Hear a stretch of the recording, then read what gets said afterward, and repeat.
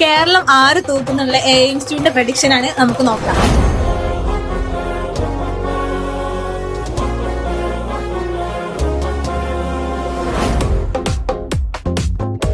Sir, Kerala ഇപ്പോഴത്തെ ഒരു trend വെച്ച് നോക്കുകയാണെങ്കിൽ UDF ആണ് ഭരിക്കാൻ സാധ്യത. ആര് ജയിക്കും? UDF തന്നെ. ഡൗട്ട് എന്താ റീസൺ?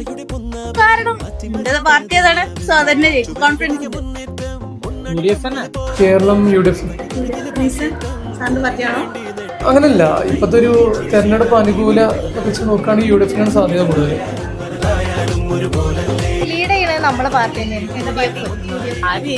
പ്രശ്നമില്ല. പക്ഷെ കേരളം ആള് തൂക്കിയാലും വേണ്ടില്ല, തമിഴ്നാട് വിജയ് തൂക്കിയാൽ മതി.